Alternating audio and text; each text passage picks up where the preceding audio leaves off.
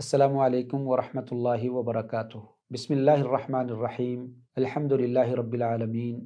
والصلاة والسلام علی اشرف الانبیاء والمرسلین،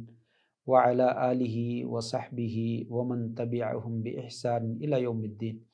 اللہم انفعنا بما علمتنا وعلمنا ما ينفعنا وزدنا علما۔ معزز ناظرین، عزیز طلبہ و طالبات، ہم آپ کو فقہ کے بارے میں معلومات جو ہے وہ شیئر کر رہے ہیں۔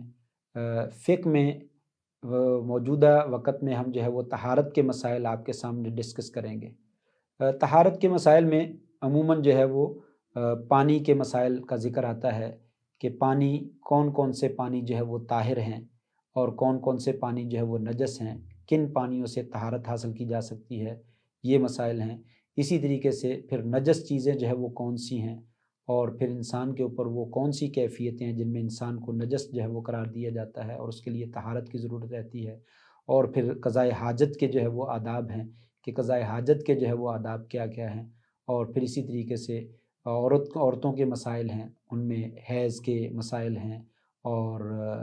نفاس کے مسائل ہیں اور استحاضہ کے مسائل ہیں۔ تو ان میں جو ہے وہ تفصیل سے مسائل ذکر کیے جا سکتے ہیں کہ حیض کی کیفیت کیا ہے، عورت کو کیا کرنا ہے، کیا نہیں کرنا، نفاس کی حالت میں عورت کو کیا کرنا ہے اور کیا نہیں کرنا، استحاضہ کی حالت میں کیا کرنا ہے اور کیا نہیں کرنا، اور پھر اسی طریقے سے وضو کے مسائل ہیں کہ وضو کب کیا جاتا ہے، کن کن چیزوں کے لیے کیا جاتا ہے اور کیسے کیا جاتا ہے، اور پھر اسی طریقے سے غسل کے مسائل ہیں کہ کن چیزوں سے غسل جو ہے وہ فرض ہوتا ہے اور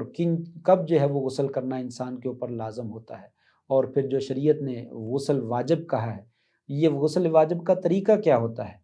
تو پھر اسی طریقے سے وہ غسل جو مسنون ہیں وہ کون کون سے ہیں، یہ غسلوں کا بیان جو ہے وہ طہارت کے مسائل میں آ جاتا ہے۔ اسی طریقے سے تیمم کا مسئلہ ہے کہ اگر پانی موجود نہیں ہے اور انسان کے اوپر پاکیزگی کو لازم قرار دے دیا گیا کہ آپ فلاں کام پاکیزگی کے بغیر نہیں کر سکتے، تو پھر تیمم کیا جاتا ہے۔ تیمم کیسے کیا جاتا ہے، کب کیا جاتا ہے، کون تیمم کرے گا اور کون نہیں کر سکے گا،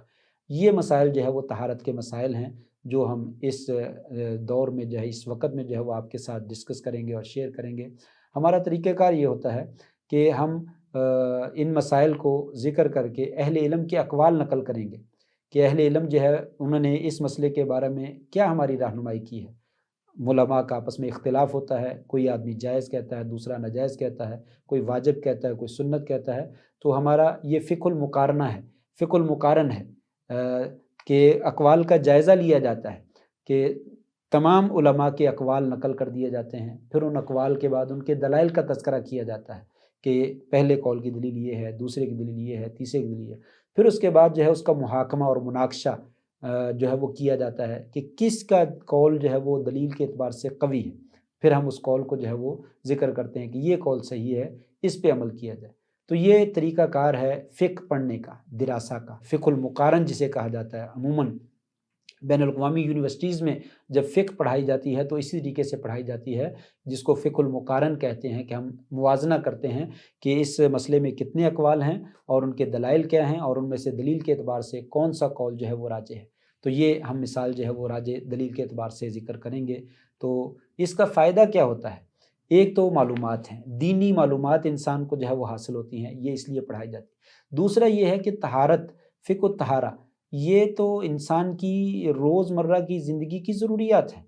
خواہ مرد ہے یا عورت ہے، طہارت کے مسائل سے اس کو روزانہ سامنا کرنا پڑتا ہے۔ تو انسان جو ہے جب اس کے پاس یہ معلومات موجود ہوں گی تو وہ شریعت کے مطابق عمل کر سکے گا، سنت کے مطابق عمل کر سکے گا، اللہ تعالیٰ کی بتائی ہوئی معلومات جو ہیں ان کے مطابق عمل کر سکے گا، غلطی سے بچ سکے گا، اور اس کو جو اگر صحیح سنت پہ عمل کیا ہے تو اس کو اجر ملے گا، اور غلطی سے بچ جائے گا تب بھی اجر ملے گا، لیکن جانتے بوجھنے کے باوجود یا جہالت کی وجہ سے وہ غلط عمل کرتا ہے تو وہ ذمہ دار ہوگا، اس کی عبادتیں بسا اوقات جو ہے وہ خراب ہو جائیں گی۔ تو لہٰذا یہ اور اس کے ساتھ بے شمار فوائد ہیں، تو بہرحال اس کا بہت زیادہ فائدہ ہے اور بہت ہی ضروری ہے، ہر بالغ اور عاقل اور مسلمان آدمی کے لیے ضروری ہے کہ وہ فقہ کے مسائل جو ہے وہ پڑھے، اور خاص طور پہ طہارت کے مسائل پڑھے۔ انشاءاللہ ڈیٹیل کے ساتھ ہم یہ مسائل ذکر کریں گے۔ اللہ سے دعا ہے اللہ تبارک و تعالی ہمیں دین میں صحیح سمجھ اور صحیح بصیرت جو ہے وہ نصیب فرمائے۔ السلام علیکم ورحمۃ اللہ وبرکاتہ۔